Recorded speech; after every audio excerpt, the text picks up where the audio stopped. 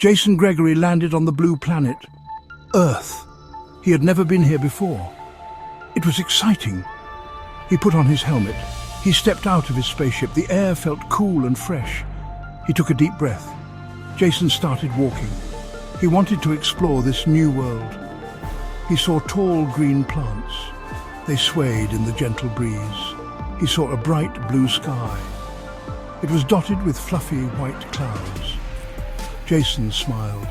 He felt happy to be on Earth. He was eager to see more. What other wonders would he find? He continued his exploration. He couldn't wait to find out. Jason walked for hours. He saw strange things. He found a flat grey path. It stretched into the distance. What was it? He decided to follow it. He saw markings on the path. They were strange shapes, circles, squares, lines.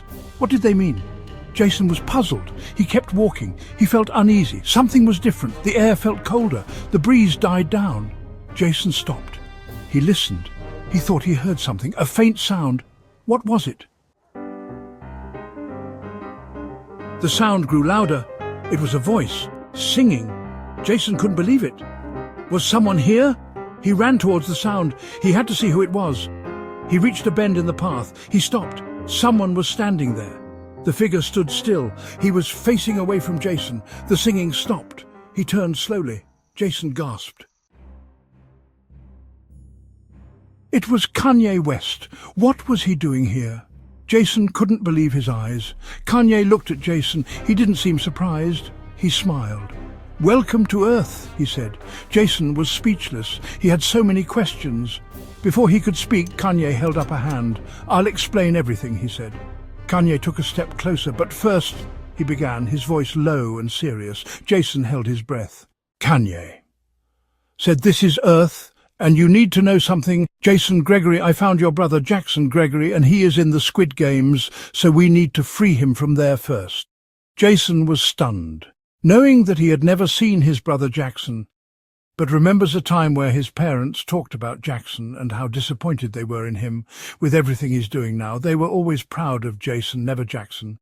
And that's why Jackson came to Earth, not Jason.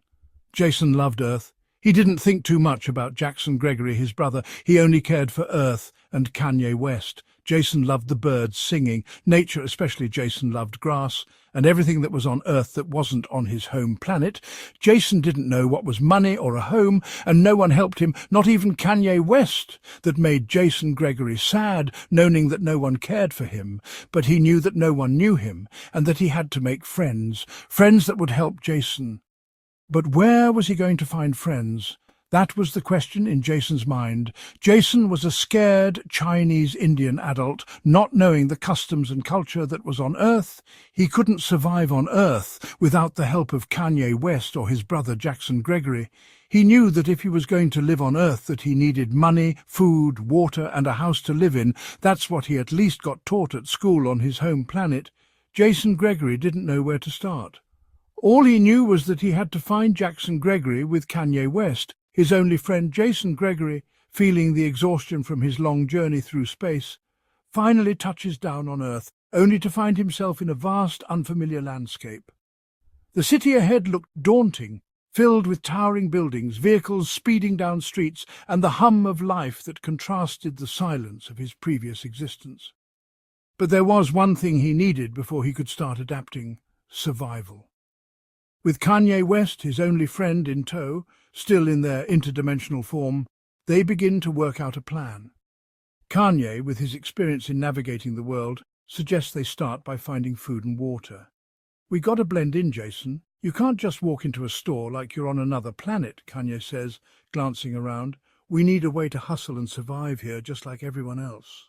Jason nods, understanding the importance of finding a place to stay. The first challenge, food and water. They find an alley where a food truck is parked, serving meals to passers-by. Jason cautiously approaches the vendor, while Kanye uses his charm to strike up a conversation. "We're new here," Kanye says smoothly. "Need some help getting set up." The vendor, intrigued by Kanye's confidence, offers them some free food in exchange for help unloading supplies from the truck. As they walk away, Jason feels the warmth of a simple meal in his stomach, though it's clear they'll need more than just food to survive here. Water, shelter and money become their next mission. For shelter, they find an abandoned building in the heart of the city, perfect for a temporary home.